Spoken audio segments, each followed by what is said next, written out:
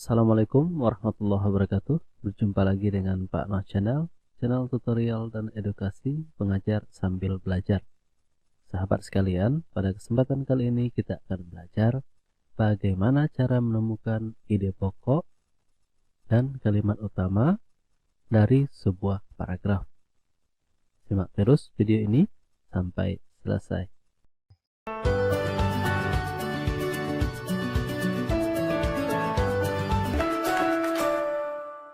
Baiklah sahabat sekalian, kita akan belajar cara menemukan ide pokok dan kalimat utama serta kalimat penjelas dalam sebuah paragraf. Namun sebelum itu ada baiknya kita belajar unsur-unsur paragraf. Ada beberapa unsur paragraf. Yang pertama ada yang kita sebut sebagai gagasan utama atau ide pokok. Biasa juga disebut sebagai ide pokok.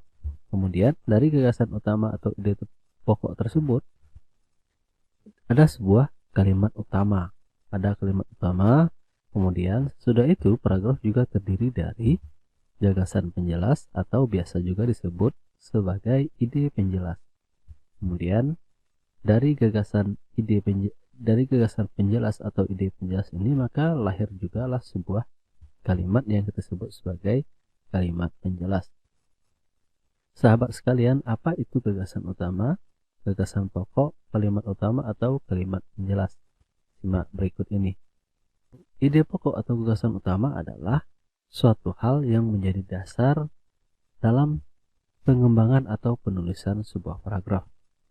Kita contohkan misalnya kita ingin membuat sebuah paragraf tentang cara hidup bersih. Maka cara hidup bersih ini adalah ide pokok atau gagasan utamanya. Kemudian kalimat utama adalah kalimat yang di dalamnya terdapat ide pokok atau gagasan pokok. Kalau seandainya tadi ide pokok kita adalah cara hidup bersih, maka kalimat utama yang akan kita jadikan kalimat utama itu harus yang mengandung gagasan utama, yaitu cara hidup bersih. Kemudian dalam paragraf ada juga yang kita sebut sebagai ide penjelas atau gagasan penjelas. Ide penjelas atau gagasan penjelas berfungsi menjelaskan ide pokok atau gagasan pokok. Kita contohkan tadi, kita ingin membuat paragraf dengan gagasan pokok cara hidup bersih. Maka ada ide-ide tertentu yang menjelaskan cara hidup bersih tadi. Misalnya kita ingin cara hidup bersih yang pertama menjaga kebersihan badan. Kemudian yang kedua menjaga kebersihan rumah. Kemudian yang ketiga menjaga kebersihan lingkungan. Berarti cara hidup bersih tadi dijelaskan oleh ide-ide yang tiga tadi. Maka cara menjaga kebersihan diri, menjaga kebersihan rumah, dan menjaga kebersihan lingkungan itu kita sebut sebagai ide penjelas atau gagasan penjelas. Kemudian kalimat yang kita buat berdasarkan ide penjelas tadi, misalnya cara membersihkan badan, kemudian membersihkan rumah, kemudian membersihkan lingkungan, maka kalimat tersebut kita sebut juga sebagai kalimat penjelas karena dia berfungsi untuk menjelaskan kalimat utama. Oke sahabat sekalian, untuk lebih jelasnya sekarang kita akan membuat sebuah langkah sederhana bagaimana urutannya kita menemukan ide pokok sebuah paragraf. Ada lebih kurang 3 langkah. Yang pertama, kita baca isi paragraf dengan teliti, dengan intensif, dengan seksama. Kita baca keseluruhan, kemudian kita pahami apa kira-kira isinya. Setelah kita pahami apa isinya, kemudian dari hal tersebut bisa kita temukan mana yang menjadi kalimat utama, mana yang menjadi kalimat penjelas. Kemudian setelah kita dapat mengetahui mana yang kalimat utama dan mana kalimat penjelas, maka kita akan pasti langkah yang ketiga kita menemukan informasi yang terdapat dalam kalimat utama. Maka informasi tersebutlah yang merupakan ide pokok atau gagasan utama. Untuk lebih jelasnya kita lihat contoh berikut. Coba perhatikan bahwa ada sebuah paragraf yang kalimat yang pertama, jagung merupakan salah satu tanaman yang dijadikan bahan makanan pokok di berbagai tempat juga di Indonesia. Ini kalimat pertama, kita beri warna kuning. Kemudian untuk kalimat yang kedua, contohnya penduduk pulau Madura menjadikan jagung sebagai makanan pokoknya. Kemudian untuk kalimat yang ketiga kita beri warna hijau. Jagung merupakan salah satu tanaman penghasil karbohidrat yang sangat diperlukan oleh tubuh. Baiklah, sekarang kita coba kembali ke urutan cara kita langkah-langkah menemukan sebuah ide pokok. Yang pertama, kita baca isi paragraf dengan seksama, kemudian kita temukan kalimat utama dan kalimat jelas, kemudian kita tentukan informasi yang terdapat dalam kalimat utama. Berdasarkan informasi yang terdapat dalam kalimat utama tersebutlah yang bisa kita simpulkan sebagai sebuah ide pokok. Kalau kita perhatikan dari ketiga kalimat tersebut, maka ketiga kalimat tersebut membicarakan tentang jagung. Oke. Kemudian berarti dapat kita perkirakan bahwa paragraf ini berbicara tentang jagung. Namun kita belum bisa mengetahui mana yang menjadi kalimat utama dan mana yang menjadi kalimat penjelas. Oke, sekarang kita perhatikan kalimat pertama, jagung merupakan salah satu tanaman yang dijadikan makanan pokok di berbagai tempat di Indonesia. Oke, contohnya, pada kalimat kedua ada kata contohnya. Pada kata contohnya adalah sebuah kalimat yang menandakan penghubung yang menjelaskan kalimat sebelumnya. Maka dapat kita pastikan atau dapat kita tentukan bahwa kalimat yang kedua ini adalah kalimat yang berfungsi menjelaskan kalimat yang pertama. Berarti kalimat kedua menjelaskan kalimat yang pertama. Kemudian yang ketiga kita perhatikan masih berbicara tentang jagung. Jagung merupakan kata-kata merupakan ini berfungsi juga untuk menjelaskan jagung sebagai makanan pokok. Maka dapat kita tentukan bahwa kalimat yang ketiga ini adalah kalimat yang sama-sama menjelaskan kalimat yang pertama. Nah, maka dapat kita tentukan bahwa kalimat pertama merupakan kalimat utama. Kemudian kalimat kedua dan kalimat yang ketiga itu merupakan kalimat penjelas. Langkah yang pertama tadi kita membaca seksama, kemudian yang kedua menentukan kalimat utama dan kalimat penjelas, kemudian yang ketiga kita mencari informasi yang terdapat di dalam kalimat utama. Oke, sekarang kita mencoba mencari informasi yang terdapat dalam kalimat utama. Jagung merupakan salah satu tanaman yang dijadikan makanan pokok di berbagai tempat di berbagai tempat juga di Indonesia. Berdasarkan kalimat pertama, ada beberapa informasi yang dapat kita peroleh. Yang pertama, jagung. Kemudian yang kedua, jagung tersebut dijadikan makanan pokok. Kemudian di mana dijadikan jagung tersebut makanan pokok? Jagung dijadikan makanan pokok salah satunya adalah di Indonesia. Berdasarkan tiga informasi yang kita peroleh dari kalimat utama ini, dapat kita tentukan bahwa ide pokok paragraf di atas adalah jagung merupakan salah satu makanan pokok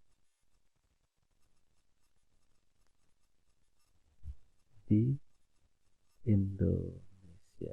Oke, jadi sahabat sekalian, sekarang dengan cara sederhana itu kita bisa menemukan ide pokok pada sebuah paragraf. Kemudian untuk lebih jelasnya, kita lihat contoh selanjutnya. Seorang petani jagung memulai pembiakan tanamannya dengan menanam biji jagung. Ini kalimat pertama. Kemudian kalimat yang kedua kita beri warna kuning. Setelah 3-4 hari, bakal tanaman akan muncul di permukaan tanah. Kemudian untuk kalimat yang ketiga, kita beri warna biru. Tanaman jagung juga akan terus tumbuh menjadi besar. Kemudian kalimat yang keempat, kita beri warna ungu. 3 hari hingga 3,5 bulan buah jagung dapat dipanen oleh petani. Kemudian untuk kalimat selanjutnya kita beri warna merah. Buah jagung yang berbentuk seperti tongkol pada mulanya berupa sekuntum bunga. Oke, sekarang coba kita perhatikan. Ada 1, 2, 3, 4, dan 5 buah kalimat. Kira-kira paragraf ini berbicara tentang apa? Paragraf ini berbicara tentang pembiakan tanaman jagung. Lebih kurang seperti itu. Dengan cara seperti apa? Dengan cara menanam biji jagung. Oke, pada kalimat pertama, pada langkah-langkahnya kita ikut seperti langkah di atas. Yang pertama, kita baca paragraf secara intensif. Kemudian setelah itu kita tentukan mana yang kalimat utama, kemudian mana yang kalimat penjelas.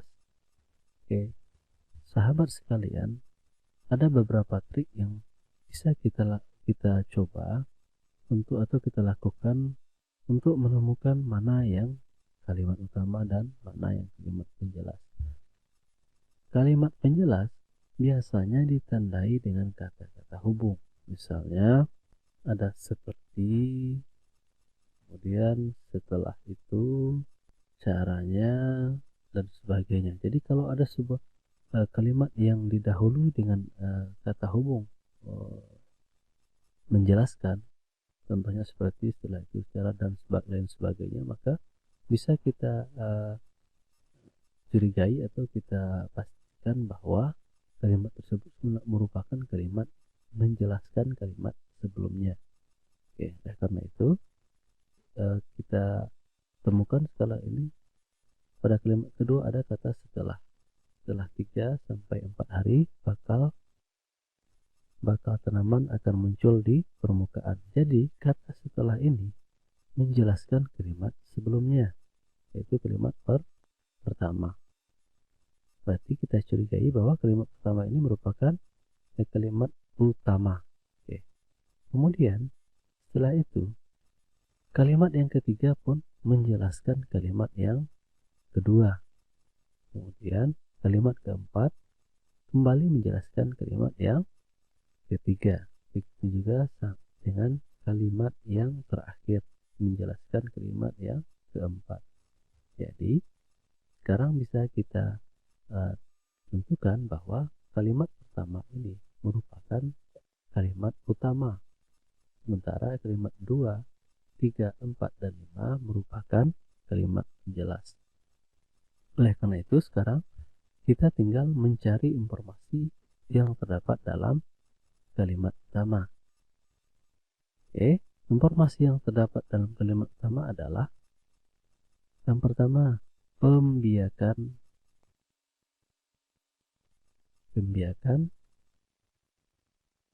apa? Pembiakan jagung.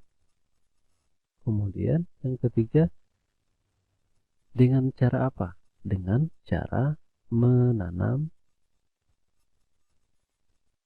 biji jagung. Oke. Maka berdasarkan informasi ini dapat kita tentukan bahwa ide pokok paragraf di atas adalah pembiakan jagung dengan cara menanam bijinya. Oke. Maka ide pokok dari paragraf di atas lebih kurang pembiakan jagung dengan cara menanam bijinya.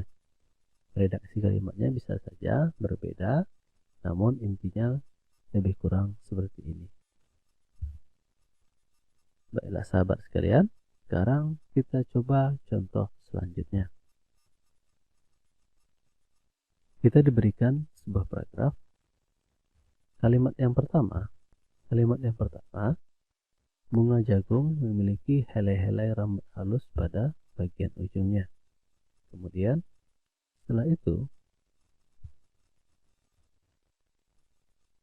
pada helai rambut tersebut terdapat tepung sari. Selanjutnya, tepung sari akan terbang terbawa angin ketika angin bertiup.